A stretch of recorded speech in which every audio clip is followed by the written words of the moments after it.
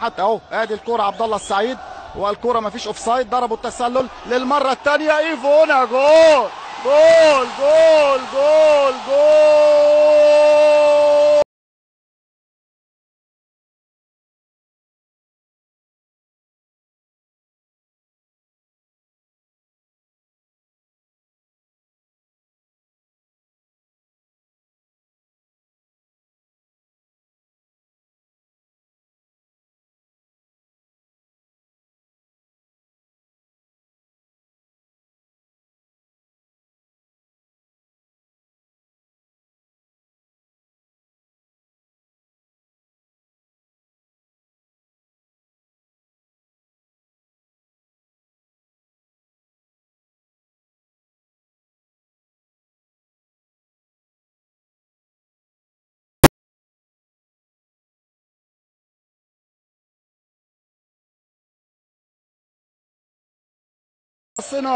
وان شاء الله لسه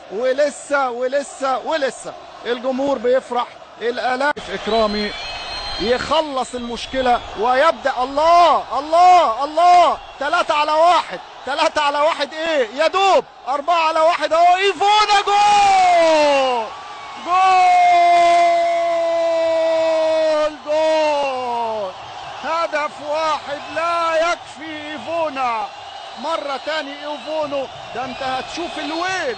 ايفونو للمرة التانية شباكه تهتز بمعرفة نفس اللاعب. مالك ايفونا هو مالك الاهداف في هذه المباراة. الهدف الثاني يفتتح سجله الافريقي التهديفي مع النادي الاهلي، مش بهدف واحد، لا هدفين في ليلة التأهل للاهلاوية.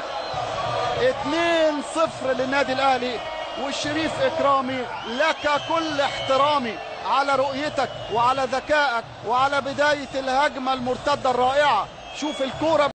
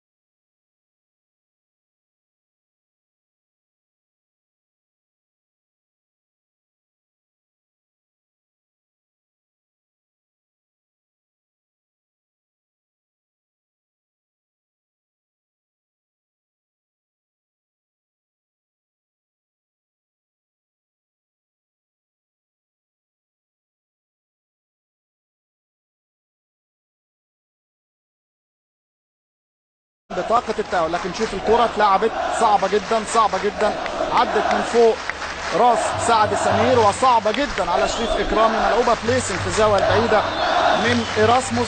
ماشي، رمي تماس لاورلاندو، تتلعب على طول. جيلي لجابوزا، يجري جابوزا والكل بيحاول يلحقه. جول جابوزا. يمشي جابوزا ويخترق وسط 4 لاعبين من النادي الاهلي ويسدد، وتلمس في قدم احد مدافعي النادي الاهلي وتغير اتجاهها وتخدع شريف اكرامي. شوف الكوره لمست في محمد نجيب وغيرت اتجاهها ودخلت في الشباك.